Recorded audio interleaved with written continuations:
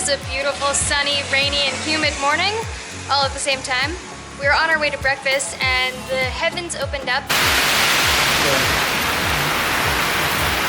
But within about 5 minutes, the rain completely stopped again. And once again, when we left, it wasn't raining, then it started pouring. And now it's perfectly sunny as if nothing ever happened. But we will probably be wet for the rest of the day. Not totally sure what the plan is, but we're just gonna go with the flow and see where the adventures take us.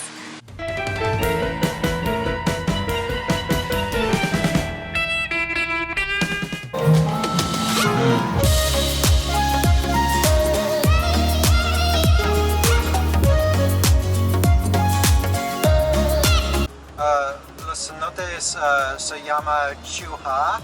Chuca, está Mutunja y Chancacha. Oh. Chancaja, ya, sí. No sé. Chancaja, sí. Okay, okay. Esos son los 3 cenotes. ¿Y otros más secretos, sabes? Tulum es un lugar muy turístico que es muy popular, la verdad. No hay secretos. No hay muchos cenotes secretos. Todos son turísticos. Ajá. Okay. Muchas gracias. Quizás vamos a ir a Coba mañana.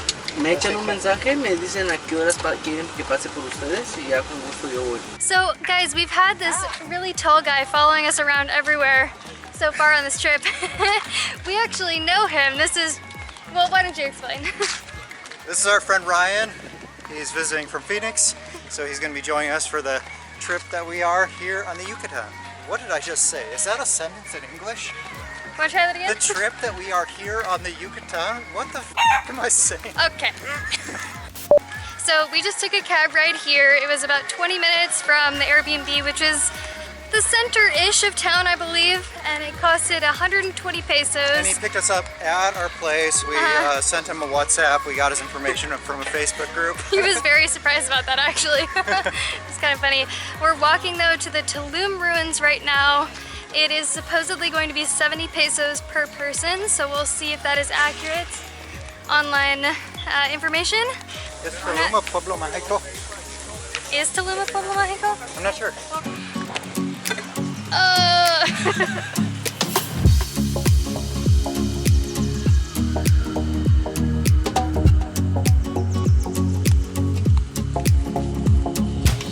So there's actually this really great thing about Tulum, and that is it's approximately 2,557% humidity. So you really don't even need to drink water because there's so much in the air. You just continue to breathe, and there you go.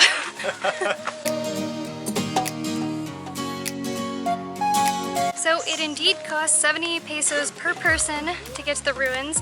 We don't know how long it's going to take to... Oh, are we here? We are here.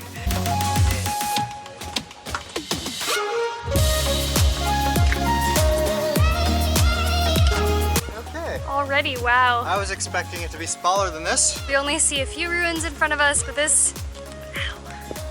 To imagine what it was like for the Mayans back in the day. All right, let's explore.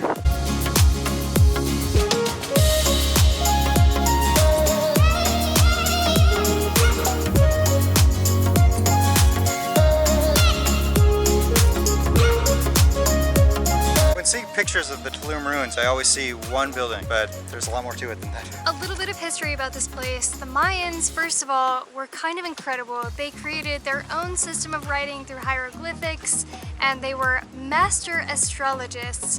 In fact, you might know something that they created the Mayan calendar, which many people base many things off of for current events. That's when the world was supposed to end in 2012, I believe.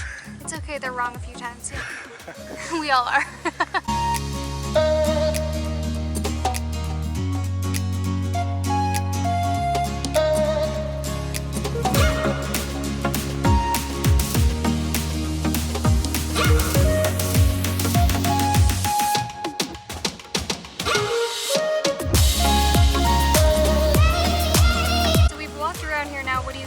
We heard this was pretty compact and it's much bigger than I thought it was going to be. Literally thought it was one building. But although it's reasonable to walk it in yeah. an hour if you're not reading the signs and stuff like that. Sure, sure. One interesting fact that we thought was super cool was that Tulum actually means wall in Mayan. Because it's situated on the coast and there's some pretty tall, some amount of meters tall cliff on the one side, which was protection for the Mayan in that time. People think it might have been named Zama, which means City of Dawn in Mayan, because it faces the sunset of the Caribbean. Sunrise. Sunrise of the Caribbean.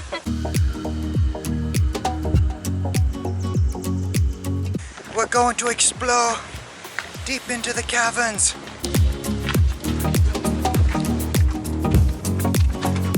I'm guessing the Mayans may have been shorter than you. I'm not used to the humidity. Also, you know, I have to say, when you picture the beach, at least when I picture the beach, I don't picture the jungle, but this is pretty legit jungle. Oh yeah. Right next to the beach. There's so much vegetation, so many iguanas or lizards or whatever they're actually called. This does open my mind up to just yet another part of the world that I never really knew existed.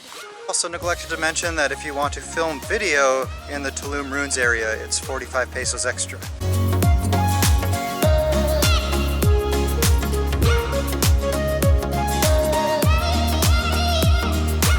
What do you think? If you're in Tulum, is this worth coming to, the ruins?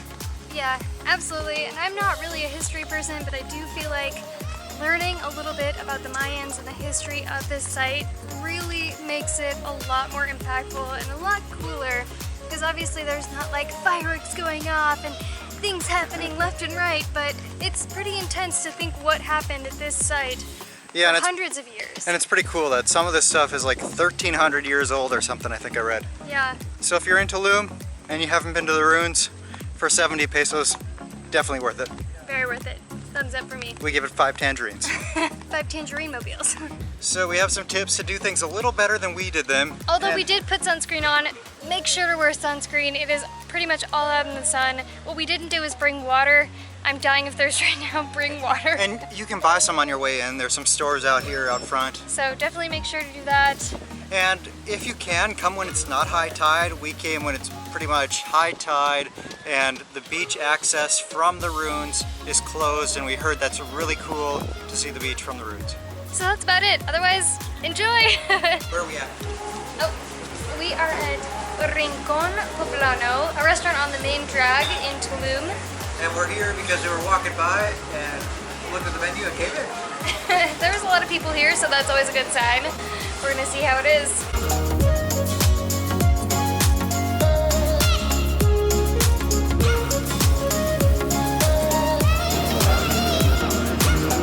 Ryan has never seen or tried rambutan, so we're going to show this to him and see what he thinks. Take your thumb and get in there until you're down to this, The like your white fingernail, fleshy part. and Yeah, then just there you peel go. her off.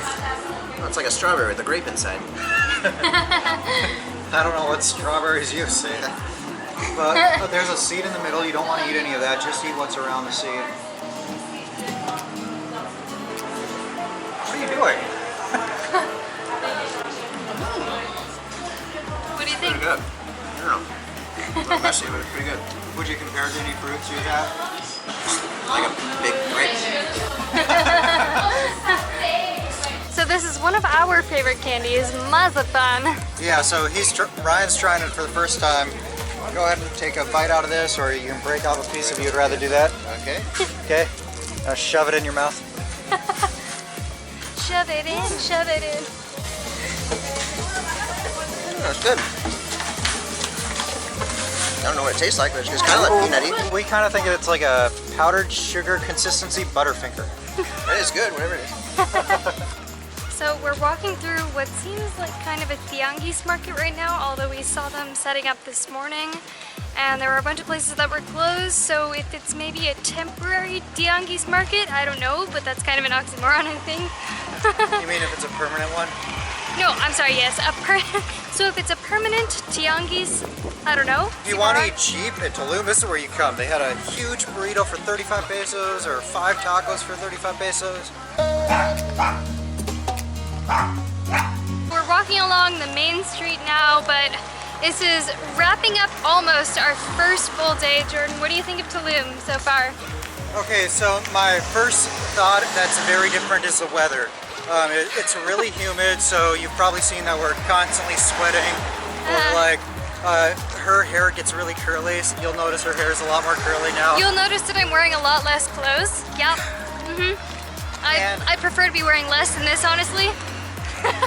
And the weather is crazy. It'll go like this, where it's perfect, to pouring rain, back to perfect. With almost no warning, too. Yeah. One thing that I was a little bit surprised about because of what everyone said about this city, which is that it's so expensive, was how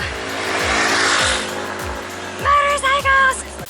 How many places around here are not like so modern, revamped or anything like that, but they still have higher-ish prices than I might expect. There are some affordable places that are still that like what we would probably call small town Mexico, but the way that people describe this, and of course we are in town right now, we're not on the beaches. We have yet to make it to the beach. We hear it gets way more expensive when you get up next to the beach. And maybe it gets way nicer and that's why it gets more expensive, but I think I was expecting this to be more like super fancy all throughout town, like total touristy town, but it still has a Mexico feel to it. Very much so. And it's obvious that lots of locals live right here in town still. It's not all tourism. Or inside the ATM room, there's one AC for this tiny room, and it feels amazing. And word to the wise, Banco Azteca, in our experience, is the lowest ATM fee in Mexico we've ever experienced. Obviously, with Charles Schwab, we don't get charged that. They refund it every month. However, 20 pesos. 20 pesos. So if you do get charged, Banco Azteca, this message is not sponsored. We are staying in a neighborhood called La Valeta in Tulum, and walking through our neighborhood, you just said you had an observation. It's almost insane how much construction there actually is.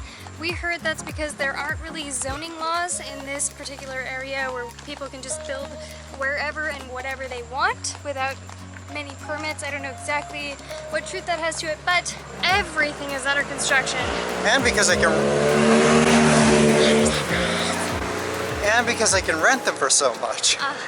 There is, I think what we were kind of touching on before is it seems like a lot of poverty, or at least a lot of poorer neighborhoods, but also there is this huge contrast with so much development going on where you know these places are going to be rented out for like hundreds of dollars a night, some of them.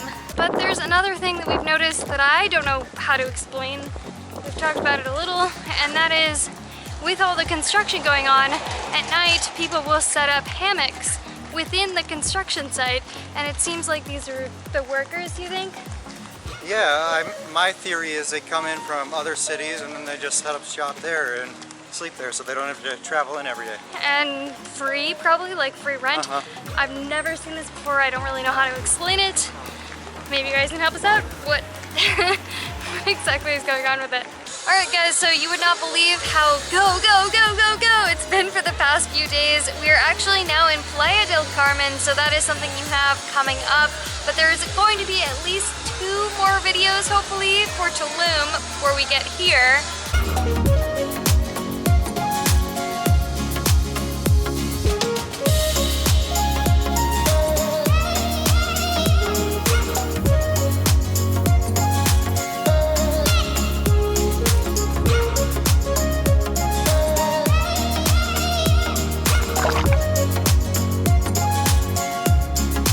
Besides this Yucatan trip that we've had a ton of fun on, we also have And it's not over yet, by the way. Yeah, we also have some upcoming travel plans. So if you like this video, give it a thumbs up and be sure to subscribe to our channel. So you see these upcoming adventures and videos that we have about the Yucatan, but about Mexico in general. We're exploring right now and showing you more of this beautiful country. And one more thing. Dang that bell! So you get notified the next time we put out our new adventures on the Yucatan and beyond! And we'll see you there!